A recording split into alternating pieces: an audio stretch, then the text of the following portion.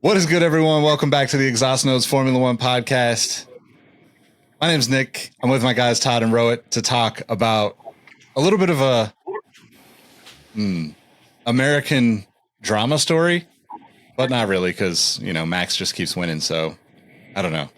That's what we love winners in America. And as people can tell in the last 8 episodes, it's been really nice to chronicle his journey to his 3rd championship. And begrudgingly, it sucks. You want to see a more competitive sport. But you know what? Sometimes dominance is cool. And if America loves nothing else, it's a winner. So kudos to you, Maximilian. Todd, how are you feeling about all this? Oh, just over the moon. You know I love me some Red Bull and some Max. So I'm going to cheers to you, Maximilian, which is his real name. Is it really? Excited to Maximilian. All right. Sorry, let me look up his middle name because it's probably Joss. Ridiculous, I think. Bertha.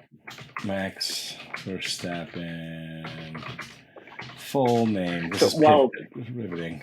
Todd is looking up the Verstappen family tree. What did we make of that USGP results? Because the aforementioned Max was the only thing that seemed to hold his position. Because as we're going to dive into in this particular episode, what we thought was the podium dissipated, like all of America's goodwill in global industry.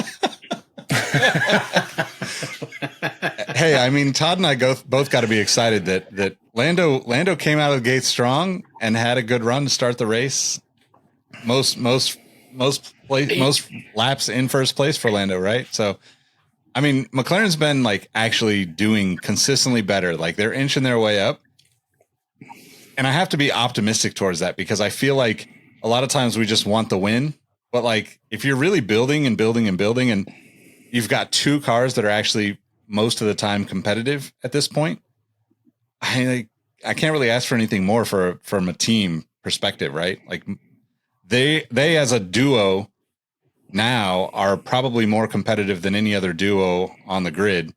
And I would have never thought I'd be saying that at the beginning of the season. Yeah, it's crazy to think from the start of this year when they were driving just like a tractor, might as well have been, to being like you just said, Nick, one of the most competitive duos on the grid. Think about who else is in that from a team perspective. I don't know if I would put Ferrari there because they botch strategy and eat tires. Mercedes is there sometimes, but it seems like it's always one driver's hot, one driver's cold, depending on the track. Aston's out the window.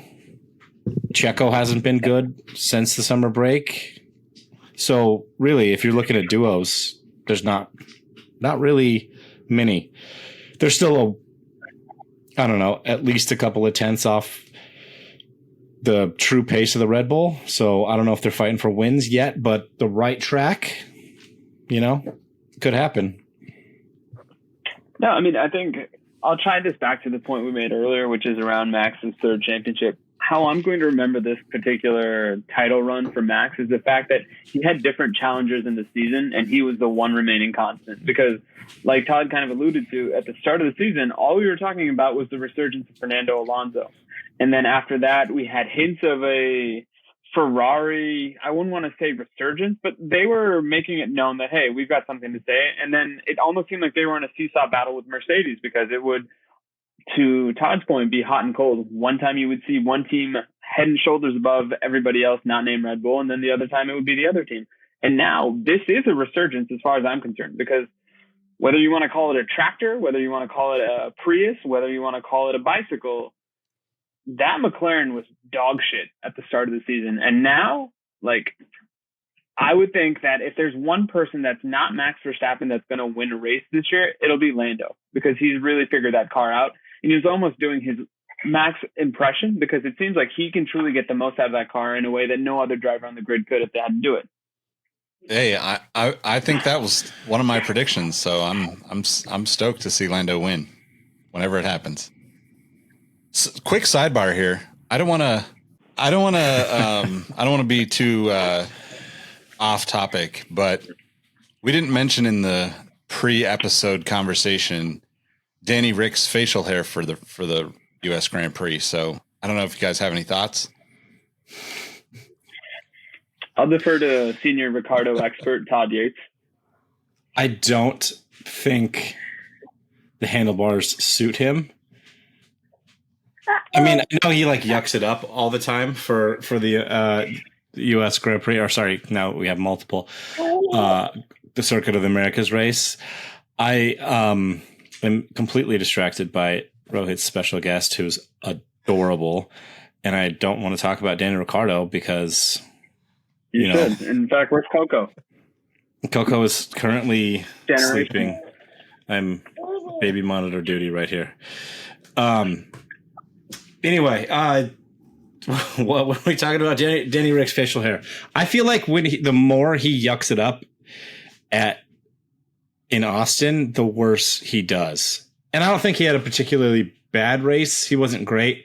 I guess he picked up some damage from Sir Lancelot about halfway through the race or something. So he just dropped out of the field. But, I'm not feeling it. I like when he does the let's embrace Texas thing, and his helmet was super cool this weekend. But I don't know. So less is more. Every season that he goes back to Texas, I feel like he's one step closer to being out of F1 and into a NASCAR, which would break my heart.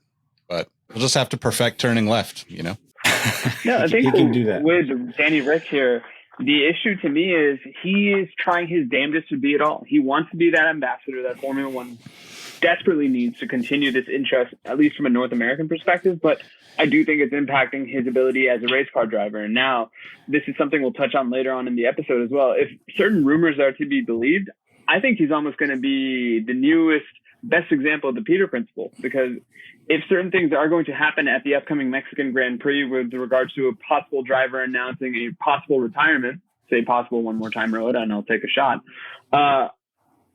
Who's to say he doesn't get that second Red Bull seat? But I'm stepping on the toes of an upcoming segment, and I'll just leave it at that. I want to call back to Max's middle name quickly. It's his. I thought his first name was Maximilian, but his middle name is actually just Emilian. So it's Max space Emilian space. That's Verstappen. Completely random. And also worse. something that I learned today that's completely random is that the word orange used to be pronounced with no orange. So like with an N on the front. And then we eventually just turned it to, so we could say a orange. Now we say an orange. So equally as baffling is a choice to name your kid Emilian.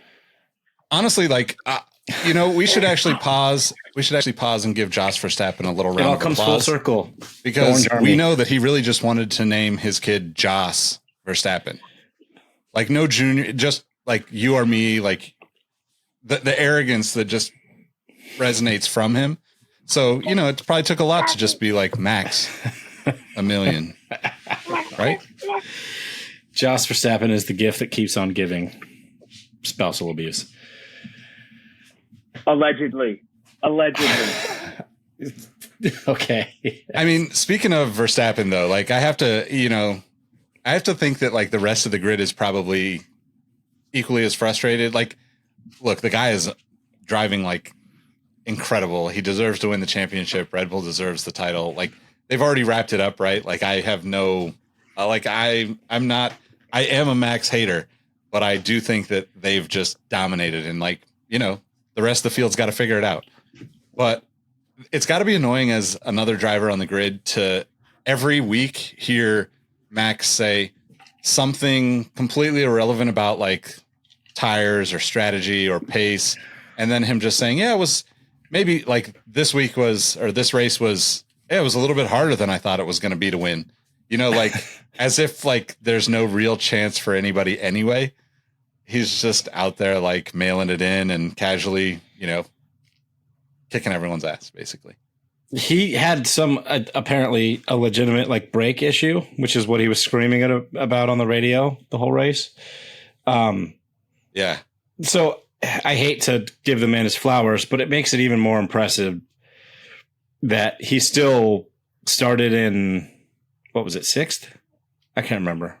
Lower half of the grid, or lower half of the top 10, and still won the race by what?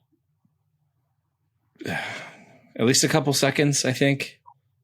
No, Yeah, I think he was like 1 point something off of Lewis was like 1 point something off, maybe 2 point something off, and then Lando was like another.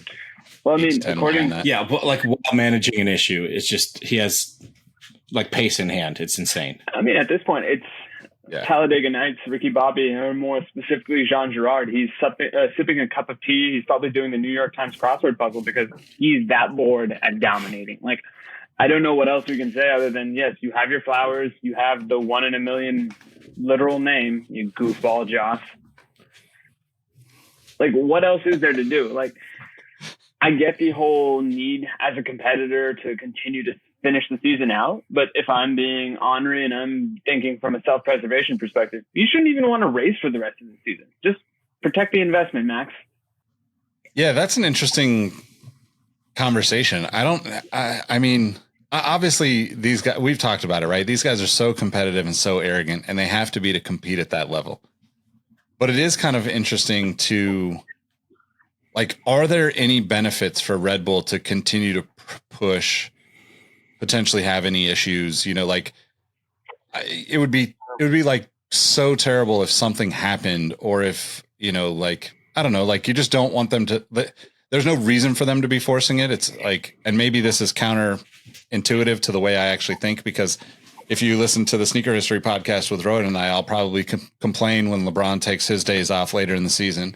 But like, it's like wild to think that they're risking that much money and like pushing it to that extent. And, you know, I also think that they probably dramatize it a little bit for, you know, entertainment's sake. And they probably didn't have, you know, I take that back.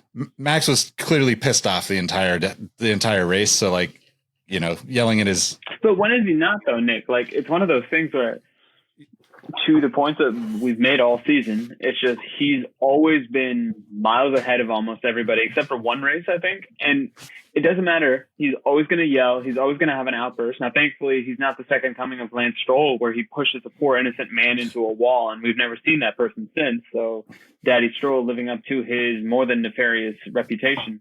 But what else is there to do? And the other reason why I would suggest this is there's a little bit, which is kind of absurd to say as I say this out loud, there is a little bit of musical chairs still kind of going on with this Red Bull team, because we have this Checo thing that's looming. He has not lived up to standards, so to speak. I mean, look at it this way. When this season is done, and if we're the board of Red Bull and we're contemplating voiding Checo's contract, are we going to care that he got second place in this particular, or he didn't get second place. Did he get second place? He got fourth place in this particular race because both Charles and Lewis had lost out. So I don't even know how you can evaluate him other than just the fact that he's not living up to standard, because I think any other driver would be giving Max more of a competition in that other car, despite the fact that the deck is so heavily stacked in Max's favor. I mean, I'm curious to hear what you think, Todd, about this, because although, like, yes, Checo has not lived up to Max, he's still second place in the driver championship, right? He's the only driver outside of that one Singapore race that Carlos Sainz won in the Ferrari. Like, I know it's been a while since Checo actually was competitive with Max, because you can feel that he's just pushing it too hard beyond, you know, because he's so frustrated. But like, it's like blows my mind to think that you're going to remove a driver because he finished second to Max this season. Well, every driver on the grid will finish second to Max this season, no matter what car you put them in. Yeah, I agree. There's nobody touching Max. You put them all in the same machinery, Max still wins the championship. But the thing that I think that they want to get past is if they weren't so far out with their car itself, right? If they weren't so far out in front, the other teams, say some other teams got it also right, or as right as they did in terms of car design, they wouldn't necessarily be winning the championship with just Max's points alone, which he did this season. Like, he locked up the constructors just himself, which is insane. So if you have Mercedes with Lewis and George in an equally or close to as fast car, you're not going to win the constructors with a Checo behind Max there, especially if he's piddling around in 7th, 8th, 9th in a car that should be, at very least 0.2 faster than everyone else. So I think they're looking out for the future. Now that we're on the topic of Checo, we might as well talk about that said rumor, is that he's supposedly, and this came from some random, basement dweller on Reddit, that Checo's going to be announcing his retirement at the Mexico GP this weekend, which I have trouble believing, but I also kind of hope it's true because of the fact that I could actually see Red Bull kicking Checo to the side in terms of Danny, which I think is the wrong move. Like in terms of competitiveness, I don't know if Danny Rick is even as good as Checo is now, which pains me to say, but like he hasn't been stellar in his comeback yet. I know it's been short-lived, especially after the crash and breaking his hand. But I would say at best, he's at Checo's level, maybe slightly better. So if they do decide to kick Checo to the side for a new driver, I'd really hope they give it to like Yuki or Liam Lawson. And I hope that if this retirement thing is true, that it's Checo deciding that he's actually done racing and not giving Red Bull the satisfaction to kick him to the curb. Yeah, I painstakingly agree.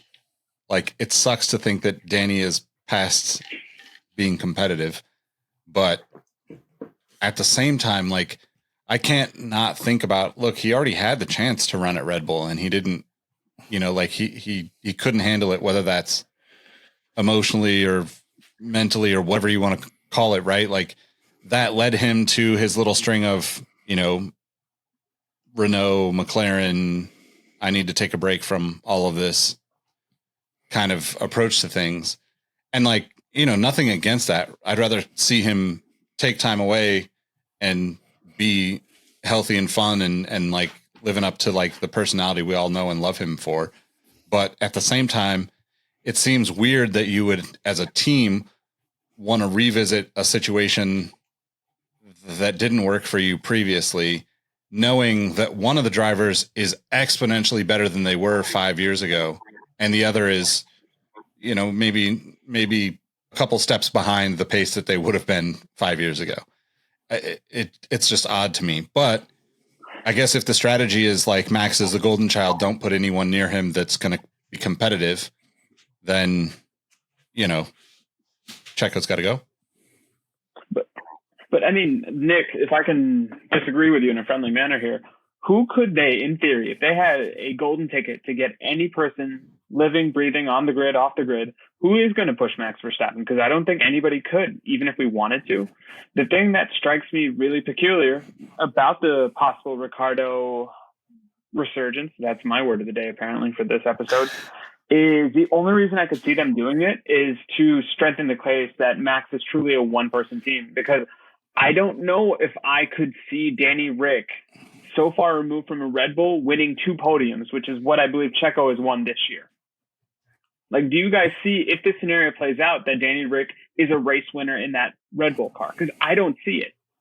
I mean, so to answer your question, this is not how I normally think, but thinking as a ruthless team principal, team owner of a Formula One team, if I have Max Verstappen, I go and pay for Leclerc or Sainz or Lando or somebody that is competitive, so I know that no other team has that capability, right? Like, Danny Rick is not going to put any other team on the podium anytime soon, unless that team itself like seriously levels up. Like, Danny Rick and a McLaren is not on the podium this season. I don't think that too many people would argue against that. So in thinking in that way, you've got to go for somebody like, it sucks, but you're going to go take away some younger, more aggressive drivers' chances to do damage against your team. It's preventative maintenance by signing somebody besides Danny Ricciardo. The deep marketing person in me loves the idea of Danny Rick and Red Bull. Like, this is this is just like Danny Rick's personality has like blown up over the last 5 years. Red Bull has tons of money to throw at everything. He could absolutely have just an amazing few years of fun and just do ridiculous stuff with that group that would make everyone Red Bull fans. I can see a couple things, right? If he goes back to Red Bull in this, what perfect way to christen the new season of Drive to Survive? They can market it as, hey, this is our last season, so let's all go to where it all started, which was Ricciardo at Red Bull. The other thing I worry about is, let's say I'm completely contradicting what I said earlier. If this happens and Danny Rick wins a race or 2 or 3, doesn't that also take away some of the allure of Max Verstappen because of the fact that it truly seems to be that the car is the winner and not necessarily Max on some level? I would think so. I mean, I don't know if is that important? Like, I'm curious what you guys think. No, and that's the thing. Once again, I'm the newbie of this group. So I'm going to ask these questions because I'm just not steeped in the tradition the same way you and Todd are. So Todd, like, if I gave you that scenario, are you thinking less of Max Verstappen because you took let's say, past his prime Danny Rick in a Red Bull car and he somehow got that to a first place? Does that dilute any of Max's dominance, or is that just you're so happy that Ricciardo has gotten a position where he rightfully belongs, which is on the top of the podium? I would counter your question with a question. Is Max still winning the other 23 races of the season? Because that's what's going to make me probably, judge Max's talent. Like between like the track, the tires, the weather, the all the setup work, and just like the driver themselves on that particular weekend, I think every dog can have his day, as we saw with Danny Rick in the McLaren in, what was it, Monza 2021, 22, whenever that was. Mm-hmm. I think everybody could have their day to win a race, except for Nico Hulkenberg. Yeah. Poor guy. But I think if they put Danny Rick in the team for the marketing aspect, totally makes sense. And I think even we might see a better version of Danny Rick if he was in the Red Bull, because it has the characteristics still. Like the cars have their own like DNAs, right? He did not jive with the McLaren. We know that. We know he's not a bad driver. Has he lost like a 10th or 2? Maybe. But I think if he gets put back in a car that he's comfortable in the Red Bull, he'd probably be doing better than he is now. He's still not, I think he's doing okay. He's on pace with Yuki in the AlphaTauri, but I think, kind of going back to your original point, Ro, I agree with you. I'd much rather see them give a young hungry driver a shot, even if it is like a flop like Nick DeVries or whatever, because they have kind of the out that Max is still going to be, assuming the car's there, Max is still going to be fighting for a race win every race and potentially winning the drivers and the constructors championships on his own. So one last thing, and then I'll stop talking about this topic. Like, we're talking about all these potential drivers that Red Bull could or could not do in this hypothetical situation. The thing that's still intriguing to me is a driver that's currently on the grid that Red Bull once deemed surplus to their requirements, which is one Alex Albon, because I think he's done as impressive of a job this year as any non-top 4, top 5 team driver has. Why not go back in for him? And I know not Gunther Steiner, although that would be hilarious. I know Todd's favorite German or Bavarian, Helmut Marko, said it was not the right time for Alex Albon to be in Red Bull, and it's probably not the right time to pick him up in the next 1 or 2 years. But to me, he seems like the best of the rest. And I think he's proven time and time again that with that Williams car, which I would say is a top bottom 2 car, he's gotten more magic out of that car, track limits be ignored, much the way Alex Albon does. Like, he's fantastic. Why not go back after I think that's a great point. I mean, he has 25 points for Williams, which is kind of absurd considering, like, I don't think that car is.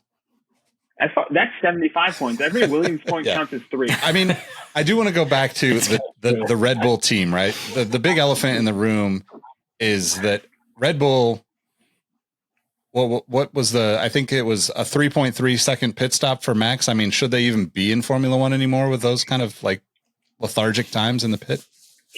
Like, just kidding, guys. Just kidding. I'm slow to react, much like Red Bull. I feel like they're so pissed that they lost the world record at the pit stop. Yeah, seriously. By a tenth of a second, and they're off their game. They're shaking a little bit. Yeah. No, I going back to the Albon thing, I don't think Albon would succeed in that environment. Now, new age Red Bull very much has like the 2000s Ferrari chamber of fear about them now. Like that was when from like when did Schumacher join Ferrari? 98, 99, something like that. Like 06, that 07. Era until like 2006, whatever. That Ferrari was known as like the chamber of fear, and it was like, don't misspeak, don't misstep, don't screw up your job or you're done. We'll kill your families, kind of thing. It was insane. And I think Albon is flourishing in Williams because it's like, hey, we know we're shit. Go out there and do your best, kid. And he's just having fun with it. If he got back into a Red Bull type situation, I think he would crumble just as fast or faster than Checo has. Like, you have to be a pretty strong-willed, ridiculous middle-named type of person to like succeed in that. Like, Max is a robot. Like we talked about, like, why isn't he just like walk away because it's boring to him now? That's all he does. That's all he knows. He goes home and races sim racing on the weekends for fun and still gets just as pissed at that. Like he participated recently within the last couple of months on like the 24 hours of somewhere. Shut up, Siri. It's 24 hours of like Sebring. Todd Clancy.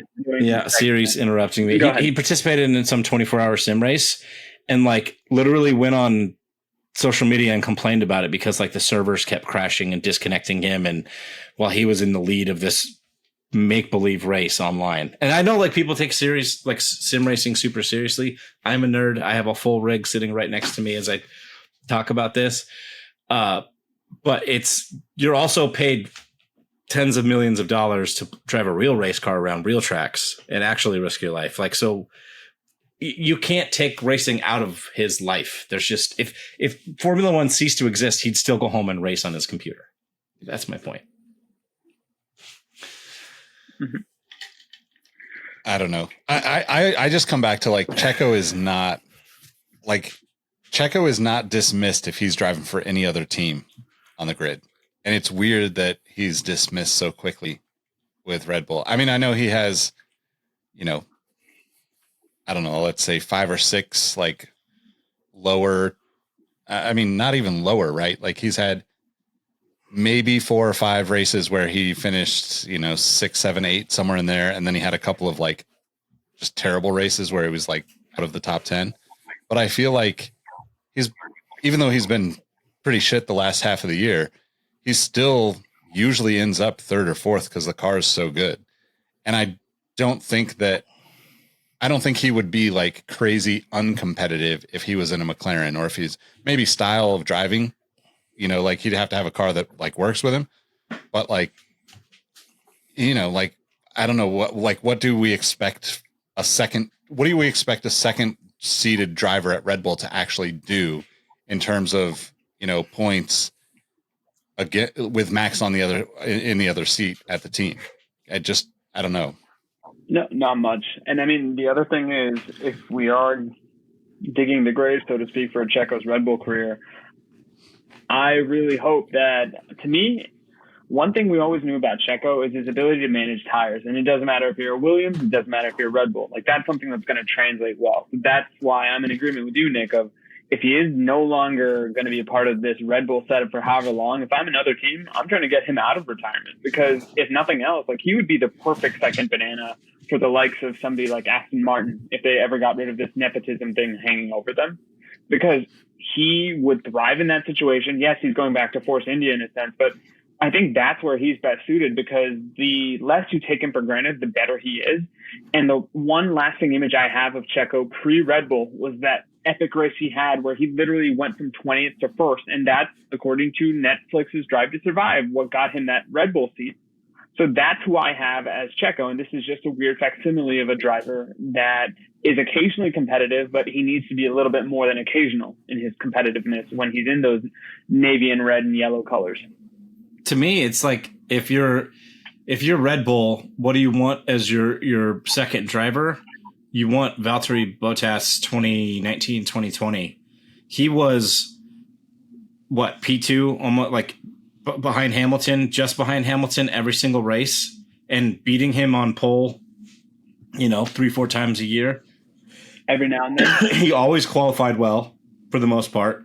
He was always just behind Hamilton in the race. And granted, he had a couple of races in there where like he got, something went wrong. He qualified like P13 and he couldn't really fight his way back through the field. He'd finish like P6, P7, whatever. He's never been like a great person fighting in traffic. But like for the most part, he was just behind Hamilton in the best car the whole season. And that's what Red Bull wants. They want a rear gunner to protect against if there was another car on the grid that had similar pace levels to Red Bull. So if I'm but then I guess I go back. Sorry, I'll finish with this. If I'm the cutthroat like team principal, I'll try my damnedest to get a Lando as a rear gunner because he's going to perform like that, and I feel like he can take the Chamber of Fear style thing, or get a George, or get God, who else? Fernando Alonso as a rear gunner. He's maybe finally lost a couple of tenths at 44, whatever he is, but he takes no bullshit, and he would absolutely put Max up for a fight. Yep. That's the ideal second place. And I don't know if Fernando would leave for Red Bull, but if I had my $1 billion and I had the ruthlessness that my two co-hosts have shown at this episode, I would say, Fernando, I will buy 1 billion in kimono hats, join my team, challenge Max. I mean, that would be pretty amazing. I don't like if he does retire, who do we think takes that seat? And that's my point. I don't think the way you guys have so eloquently defined and described what a number 2 driver is, there's nobody on the grid in my mind that matches all those checkboxes. There are people that have some of those characteristics and capabilities, but nobody in particular has all of them in spades. And most everyone is signed to a contract to like 2024 or beyond at this point, right? I can't think of anybody that's not. Yep. Everybody is signed through at least 2024. I think the only open seat was in Williams, ironically, with Logan Sargent just having a rookie year deal. Yeah, I think the rumor mill is that because he stumbled his way into the points, he planked his way into the points for the first time ever, that he's going to sign with Williams again, which if I'm Williams, like he actually had a pretty good race. I will give him that for the first time in a while. But are you really going to sign him off of getting lucky into the points because 2 drivers got disqualified? I love the images that were going around. It was like the first American points, plural, scorer. Yeah. In 30 years. And they couldn't put it grammatically correct. First American point scorer in 30 years. And I just thought they were staying true to our concept of grasping grammar. So I figured what better way to ingratiate yourselves to the American watching public by making a grammatical error. Okay, sorry, one last thing on Checo. I know we're probably over time here already, but if Lewis passes him in the championship, but before the end of the season and finishes P2, is that the final nail in the coffin for Checo? It's got to be, team right? Principal. It's got to be. He was so far ahead of everybody else in P2, and now he's 39 points ahead of Lewis in P3. My wish for this whole conversation is that Checo wins Mexico and then announces his retirement. Like, just give this man his flowers. That would be amazing. Top of the pedestal, and like just Mexican let him celebrate for blaring, like the next 10 years just based on that one race. Yep. I hope. In fact, I would. No, I was going to say, I hope Sergio wins and Checo's dad walks by Christian Horner with a sombrero on and a bottle of tequila and flips him off. Just icing on the cake. Yes. And that's literally the last scene of Drive to Survive's final season as well. Drop the bottle of tequila.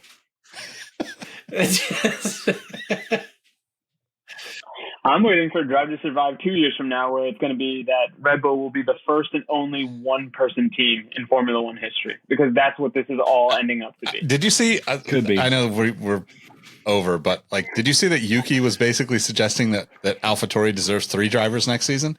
Todd, I mean, Rohit, you might be onto something with your three drivers. Why not?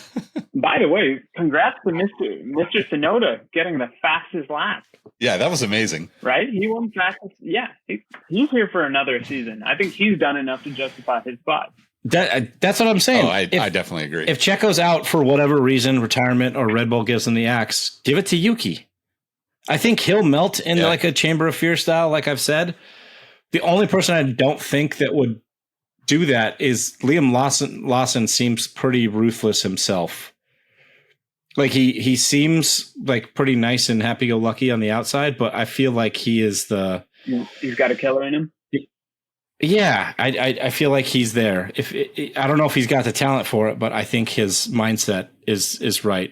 Yuki gets too hyped up, but I mean Max bitches and moans with the fastest car too, so maybe they're blood brothers. I mean, that would just be amazing because, yeah. Honestly, like I think that Yuki, of all the drivers on the grid, put in a better car, could be.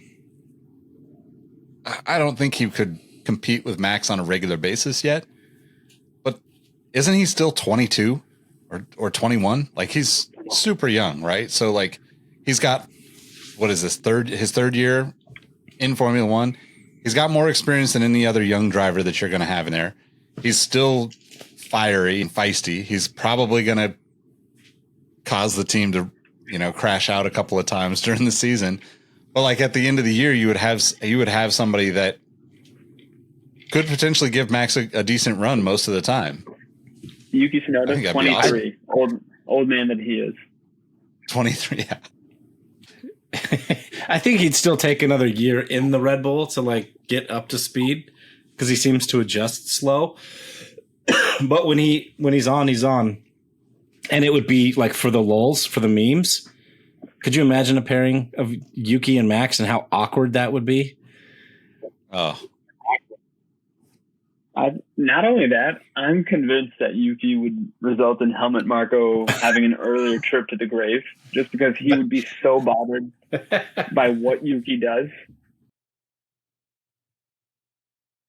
And if there's anything that could possibly truly cancel Dr. Helmut Marko, it's Yuki Tsunoda as a Red Bull driver, because I know that man is going to let the racial slurs fly because of something he does. And that is a bridge too far, even for Dr. Helmut Marko to cross. Yeah, that would be amazing. I would agree. So we're about at time. I want to ask, because I know Todd has his heart set on this. Wanted to see if you saw the list of people showing up for the kickoff of the Las Vegas Grand Prix. Give us a roll call, Nick. Okay, so 20 participating F1 drivers will be in attendance. Iconic names in the music industry: Andra Day, Bishop Briggs, J Balvin, Journey, Keith Urban, Steve Aoki, Swedish House Mafia, 30 Seconds to Mars, will.i.am, plus appearances by Blue Man Group and Cirque du Soleil. That sounds like a very Vegas playlist, if I'm being honest with myself. A lot of techno and dubstep and stuff I don't understand, but more power to you kids. Right. So my question is, one, Todd, will you survive this? Or I feel like Todd's head might explode with Vegas. Like I could just see him on mute on his mic screaming, "God damn it, just race. Like, just let us see the race." Meanwhile, we're getting, hot takes from, Celine Dion and, the ghosts of, whomever, Vegas style. Wayne Newton. Wayne Newton. There you go. Roy. But yeah, like what? You know what? What's? I mean, how do they plan for this to be like actually about any kind of racing? I don't get it. Do you guys remember the Ferrari car launch from like 3 or 4 years ago when it was like literally in a plaza in Italy with like neon lighting on all the buildings and there was like dancers and like cello music, but like it was like techno-y cello music? That almost gave me an aneurysm, and this is like taking that nightmare scenario to the next level. The thing I think that is I might actually break my TV watching this is that this is going to be so star-studded and so American that the F1 TV direction is going to kill me. Because instead of showing a car going 200 miles an hour down the Vegas Strip, it's going to show Jay Balvin in the Alpine garage, or one of the new investors that we didn't even touch on, talking to tread carefully, Yates. Tread carefully. one of the dumb Kansas City Chiefs. Taylor Swift? How did you kind of Mrs. Taylor or Mr. Taylor Swift in the garage being like, oh, this is a tire. Like, I don't care.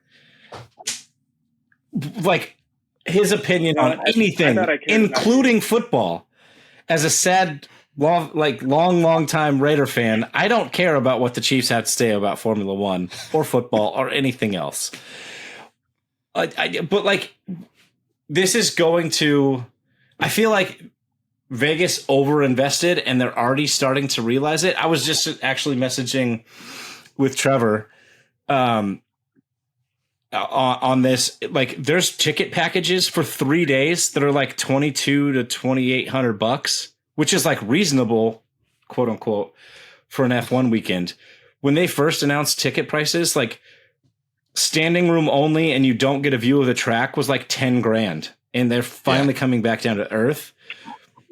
So I feel like Vegas already knows that they bet on the wrong house there, and it's going to be a dead race. I think they got a 10-year contract, but I mean, shout out to Max for just destroying everybody on the track this year and really putting it to the Vegas promoters.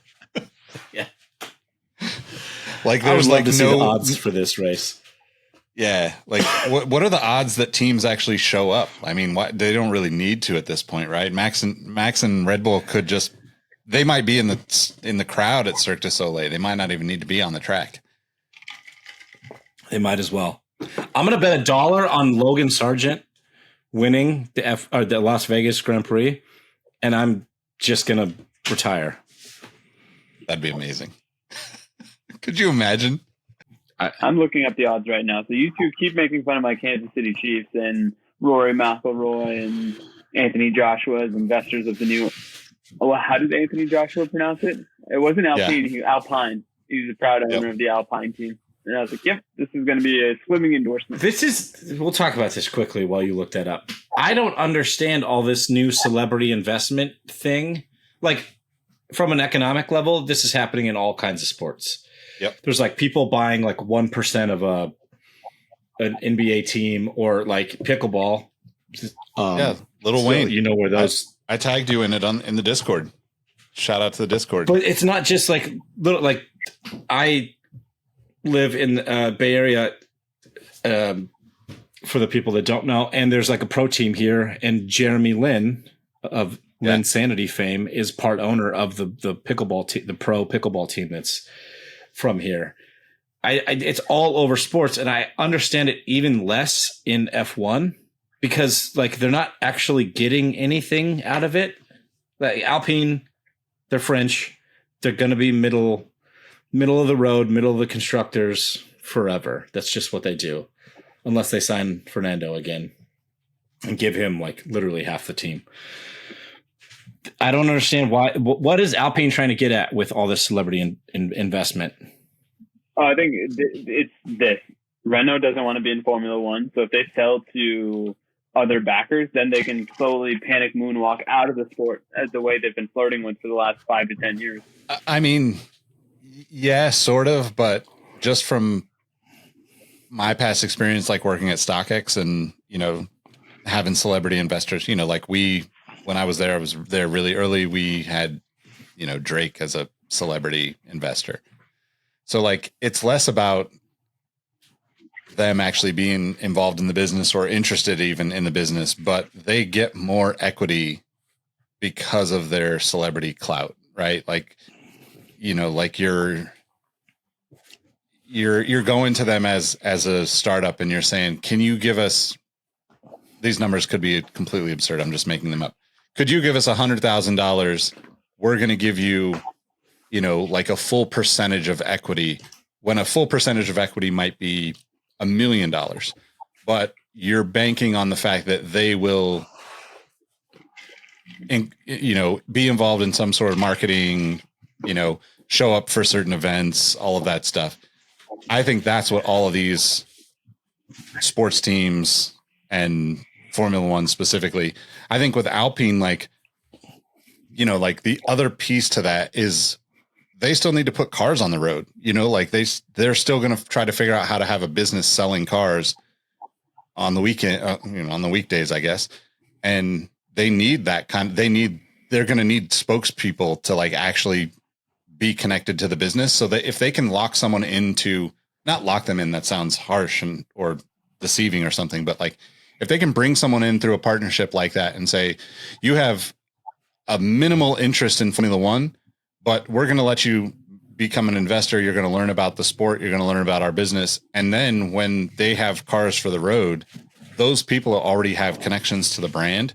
Because think about it, like, look at how far Toto and Lewis have come with their partnership with Mercedes. You know, like, I wouldn't be surprised by the time we're, you know, 70, 80 years old, that both of those guys are honestly like running the entire Mercedes business, not necessarily just the Formula One, because they have just such a deep understanding of like the partnership side of what they've been doing. They're going to be able to negotiate more and more and more as that goes on. And I think really it's also a strategic move to bring people in that could potentially go, you know, kind of the same way I was saying with Red Bull and the strategy with drivers, like go get the best people that you possibly can, or the most famous, or somehow, you know, people that are open to this, that don't have a deal with a car manufacturer, and start those relationships now, even though, you know, you're not going to see any real payoff for it for 3 to 5 years or 3 to 5 seasons, whatever that is. That's my theory on it, at least. Speaking of investments, if Todd puts $1 on his beloved Logan Private, he is currently seeing odds of plus 100,000. So $1 will get you a lot of money. It'll give me a ticket to next year's race, at least that. Early, at least. Yeah, allegedly.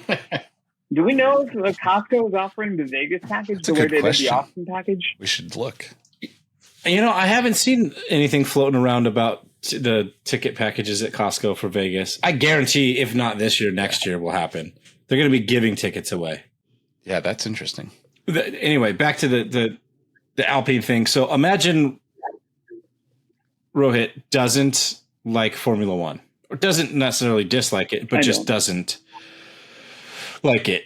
Would your fandom of Mr. Taylor Swift, now being an investor in Alpine, make you Esty Bestie's biggest fan? It would get me curious. And then put it this way, the gateway drug is there. So if for whatever reason you're one of the 10% of Americans that doesn't know what Drive to Survive is, but you know what Taylor Swift is, and now because you're a Taylor Swift fan and you've discovered the joys of American football, and in theory you become a Travis Kelce fan, what's next on that subscription plan of pop culture? Okay, let me check this Formula One thing out, because Travis Kelce's a great dude, as is Taylor Swift. So why not Esteban Ocon or Pierre Gasly? Like, that's all you can ask for. I think it's just like, I'll watch a race. Hey, that team that Travis and kind of extension Taylor invested in, they're pretty decent. Yeah, I could do this around. But I also think they've done this at the perfect time, because there's no competition, so to speak. Like, there's nothing competitive about the sport. So there's a very low intensity approach to watching this if you're a first time viewer. I'm pulling up the stats, but I think here's your answer, Todd. New Balance wore, you know, Taylor Swift wore the New Balance 550 at the Chiefs game, and revenue for the 550 on New Balance was up 25% in the week after she wore the shoe. Units sold were up 22%. Site traffic to the New Balance 550 was up 30%. And internal searches for the 550 were up 73%. To me, that's the, you know, like you don't have to convert on more than a couple of percent when you're pushing those kind of lifts to like the brand. Your hope is that like people can become passionate fans of the sport. You know, like it's pickleball for you, man. Like you literally said it, you know, I think like it's golf for so many people right now where like people just haven't been exposed to these sports on a bigger level to understand like how enjoyable they could be. And like, we kind of saw it with Formula One with Drive to Survive, but then Formula One has fallen off over the last couple of years because, you know, the competition has been a little bit tough, you know, like there's many reasons, right? Like it just hasn't been as exciting for anyone to watch Formula One. I think for, you know, you as a longtime fan, it's become more showmanship and more about, you know, the circus around the races than the race itself, which turns a lot of people off that have been longtime fans. The Americanization of it, you know, unfortunately has pushed a lot of people away. Might have brought people into it, but it's tough, you know, like, I mean, Rowett being a newer fan to Formula One, it makes me wonder, like, how many people that don't have, you know, a group of people like we do in the Discord or the three of us having these conversations regularly about the races to keep them interested in the sport when there isn't really, you know, like if you looked at like football, American football, and like right now we're 6 or 7, I don't know how many weeks into the season we are, but like basically the equivalent of like, hey, we already decided the Cowboys won the title. I'm not watching shit for the rest. I mean, I don't watch football anyway, but like, you know what I mean? Like I'm not watching any of that, but like, that's how Formula One is right now to a new fan. Like, I think it kind of hampers the growth of the sport in terms of like really passionate fans.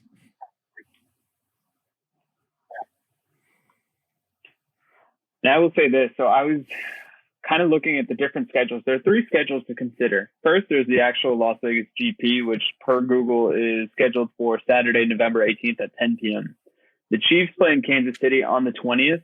It's a home game for them, so maybe Travis Kelce comes out. More importantly, and I'm trying to get this confirmed because I still haven't been able to do it, Taylor Swift goes on tour on November 9th, so she's not going to be there. So put it this way, if Taylor Swift didn't have a tour and she made an appearance, that's worth his money in gold per the stats that Nick gave us. And then also the stat that kept getting beat into the ground during the first week of their dalliance between Swift and Kelce, where apparently Taylor Swift led to an upward increase of 400% of Travis Kelce jerseys on Fanatics and Nike.com. And that's BS, because as somebody that checks Nike.com regularly for Chiefs merchandise, you just took the Travis Kelce jersey off the site for a day, because the day before you had a full size run available. Now all of a sudden you sold out over one day. I don't believe that, no matter how powerful Taylor Swift may actually be. And please, if you want to dispute my facts, you can find me on OnlyFans at RAHBEE702. So I think the question is, and the title for this episode is, can Taylor Swift save Formula One racing? Right? That's what we're getting at. Yeah, shout out to Brendan Dunn for the stats on the New Balance. That just reminded me that you actually know him, and he's an F1 fan, so we should have him on. Yeah, use that connection. That would be hilarious. Going back to your point, Nick, and to wrap this up, I guess I understand why these celebrities are investing small percentages into these big sports franchises. It's name, it's clout, it's whatever. But you just hit the nail on the head. Like, if you get a Swiftie or a Travis Kelce fan out to watch, or stay up to watch the whatever it is, midnight race. Is it 10 p.m. or midnight? 10 p.m. Okay, 10 p.m. for us West Coasters. 10 p.m. on the West Coast, midnight on the God server time zone, the Central, and do your math accordingly if you're in the Mountain and the Eastern. There you go. if they're going to get them to stay up to watch this race, is the racing actually going to invite that person into, hey, Formula One's kind of interesting. These cars go really fast. There's a lot of drama. I'll watch the next race. I don't see it personally. Like if Alpine is giving away 1% to Ryan Reynolds and Anthony Joshua and whoever the fuck Chiefs person, Mahomes and Kelce. There you go. Yeah. Yeah, I act like I don't know him. Is it really worth it in the end? Because I don't think that there's really money changing hands. I think they're giving a celebrity endorsement and they're giving a very small fraction of the team away. They're not selling. They're not. Yeah, it's the Jay-Z principle, right? When he bought the Nets, everybody thought he owned the Nets. He owned 1% of the Nets. I still think it was Prokhorov that owned the overwhelming majority of it. It's a nice CV item. It's one of those things that if I was a rich person and if next time I'm at my Illuminati-esque dinner, it's something I can flex on. But that's the reason, right? Like if I'm from Brooklyn, I'm 100% supporting the Nets because Jay-Z is a part owner. It doesn't matter how much of a part owner. Like I support all sorts of, I go out of my way to, buy boba from Larry June's boba place in San Francisco, or like I buy skate brands that used to support the like Honda race cars back in the day, still to this day, like I'm one of those people that like, oh, these people are doing cool shit and supporting the people that I like, then like I might as well support whatever else they're doing. And I think that's becoming more and more normalized because of the internet and like social media. So you get to see these people do whatever it is. And I think like just naturally, right? Like it's, like I think, I don't know if it was today or yesterday or whenever it was, but like, can we have an Oklahoma moment here? I did not know who Travis Kelce was. I saw him on the T-Mobile commercials all the time, and I didn't know who it was. I don't watch American football hardly ever. Like I haven't for the last 4 or 5 years since the Kaepernick stuff happened and the 49ers, like I just kind of like removed it from my sphere, so to speak. But I think you posted it in the last day or two, the chef's Snickers commercial with the Chiefs, right? Like the value of Snickers making a commercial with the Chiefs directly is so much bigger than them just making a commercial on their own generically.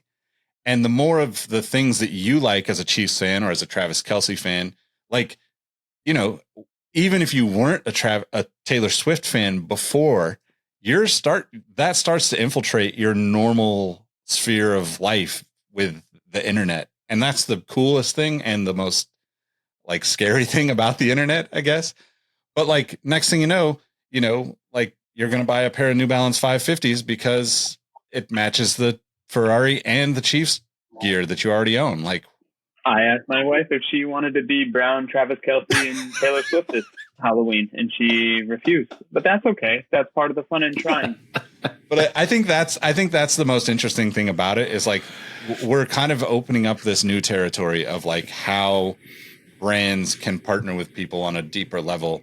Golden era of collaboration. Yeah. I'm more likely to buy something if it's co-signing some brand or some concept that I like because it's either wrapped up in nostalgia or it's wrapped up in current excellence.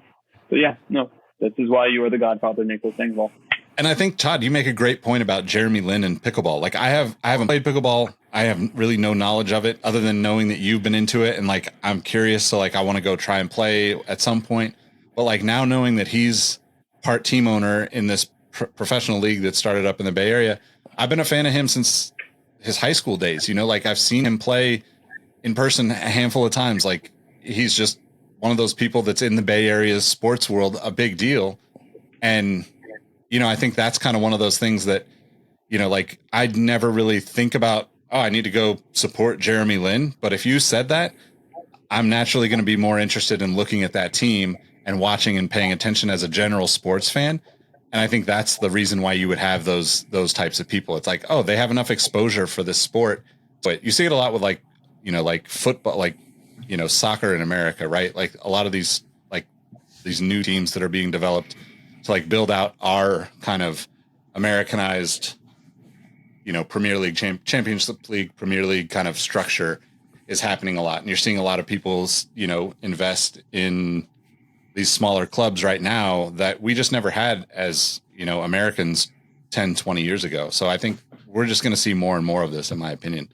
And hopefully it doesn't get, too crazy, and like we see some benefits from it as fans. I would love to see that. But speaking of collaboration, it's really difficult to buy Taylor Swift merch. So maybe this is a bad thing. If the Swifties get a hold of F1, they will ruin it. But last note, speaking of collaboration, I did see today, and I haven't been able to confirm this yet, that A$AP Rocky was named the creative director for Puma specifically for F1 collaborations. Is that true?